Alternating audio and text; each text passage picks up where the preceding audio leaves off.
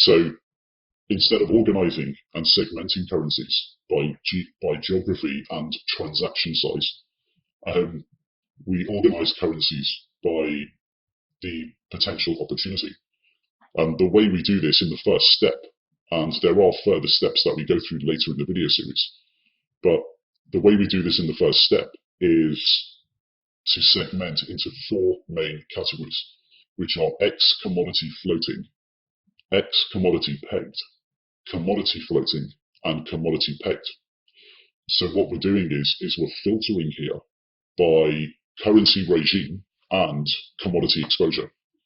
So the X commodity grouping here are currencies that are not dependent on one or two commodities in their exports.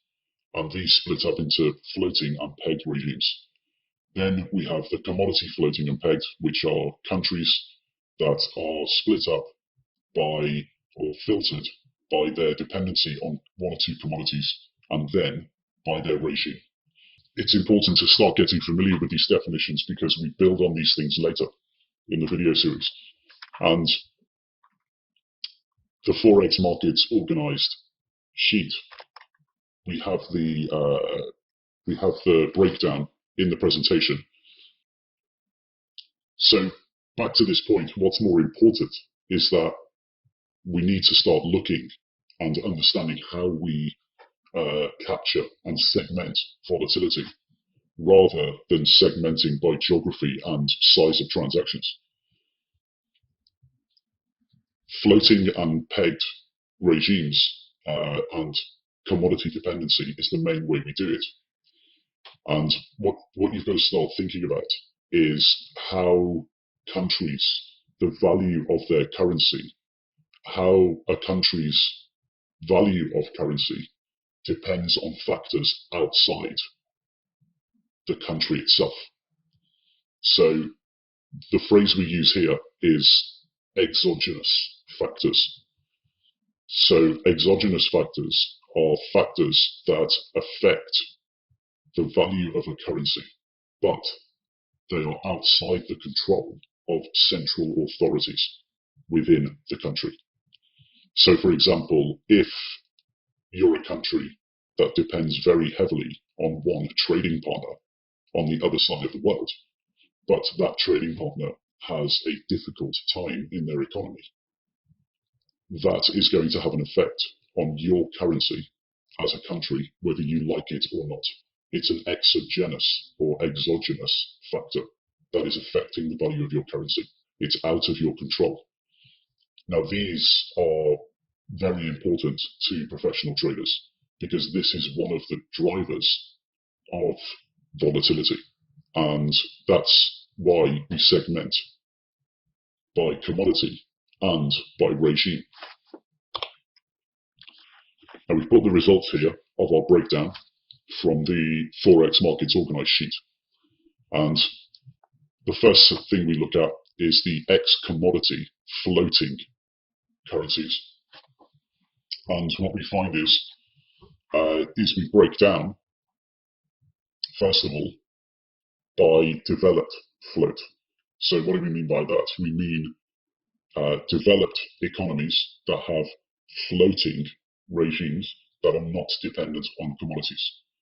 Then we have the EMEA floating currencies that are X commodity, the Asia Pacific floating that are X commodity, and the LATAM. And you can see there's no Latin America there. The next definition is the X commodity pegged regimes. So we have Denmark in here. Denmark's not in the G10, but it's a developed nation and is an important trading partner of many European nations. So we've included it in the analysis. So developed X commodity pegged, the Danish kroner, which is pegged to the euro. We also have Asia X commodity pegged, and we have in Asia the Hong Kong dollar, which is pegged to the US dollar, and the Sing dollar, which is pegged to a basket of currencies that are not made public in terms of the weightings and the exact sizes of those weightings relative to their trading partners. In the forex markets, commodity floating, so we're talking about floating regimes that have commodity exposure. We have our four that we looked at earlier that are part of the G10, but we don't call them G10, we call them developed commodity float.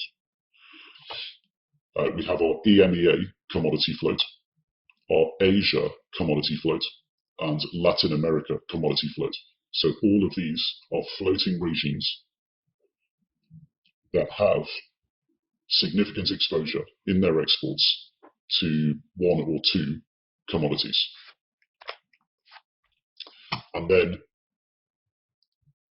the next part of our opportunity set, the commodity pegged, we break down as EMEA and Asia. So EMEA commodity pegged and Asia commodity pegged. And we have here in EMEA all of the GCC countries, and the only Asian currency that has significant exposure to commodities and is pegged is the Chinese yuan. And we have the question mark here next to the Chinese yuan, similar to the question mark next to the Sing dollar. Why is that? Well, it's because the way in which the currency is pegged is not fully 100% aware or understandable. So, for example, with the Singapore dollar, there is a basket of currencies that the Singapore dollar is weighted towards. We don't 100% know what those currencies are, and we don't 100% know what the weightings are. And that is essentially to stop speculation on the currency. The Chinese yuan is pegged against the US dollar, but it's what we call a crawling peg, in which it's not exactly fixed at a particular rate. The rate changes, so it's questionable. Again, we'll look into these things properly, but for now, we just need to get this principle down, which is we have to start segmenting and defining currencies based on their opportunities and risk, i.e. their volatility. And by doing so, we create our opportunity set. The opportunity set is essentially working out where the opportunities lie to make money as traders. So we've got 46 currencies in total. 36 of them are floating, and 10 of them are pegged or fixed regimes. So this potentially limits our opportunities to 36 currencies in the market, because the pegged or fixed regimes mean that the currency value is controlled by the central authorities within very tight specific ranges. What do we mean by that? Well, the central authorities themselves intervene in the currency markets, and they make sure that their currencies stay at a certain value. Now, as we talked about earlier, with asset prices staying at the same price, we use the euro dollar example. If an asset price stays at the same price constantly over any time horizon, so 1 day, 1 week, 1 month, 3 months, 1 year, and we buy and sell that asset at the same price all the time and pay to do so, we simply can't make money because there is no volatility. This is the same situation with pegged or fixed regimes, because they stay at the same price every day, every week, every month, every 3 months, every year. Therefore, we know as traders there's no volatility and no opportunity to make money, unless, of course, the central authorities decide not to continue intervening in the currency market. But as traders, we're not going to, for example, sit here for 5, 10, 20 years and just watch a currency every day trade at the same price, waiting for something to happen.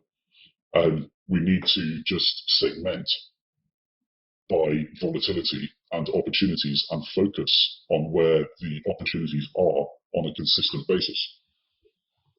So what we find is that out of these 36 potential opportunities, 17 of these opportunities are floating currencies that are ex-commodity floating. So they're non-commodity currencies, meaning the countries don't have significant exposure in their exports to one or a multitude of global commodity prices. 19 of the floating currencies, 19 of these opportunities are what we term as commodity currencies.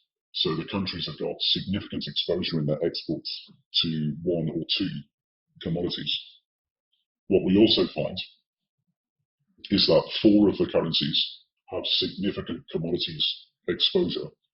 So the ones that do have that exposure are G10 currencies. So G10 as defined by investment banks and retail brokers. So they're developed. They're quite large economies. All Latin currencies, Latin America currencies, they're floating, and there's the Latin American countries. There's no Latin American countries that don't have significant exposure to commodities. The only EMEA countries that have pegged or fixed regimes are GCC countries.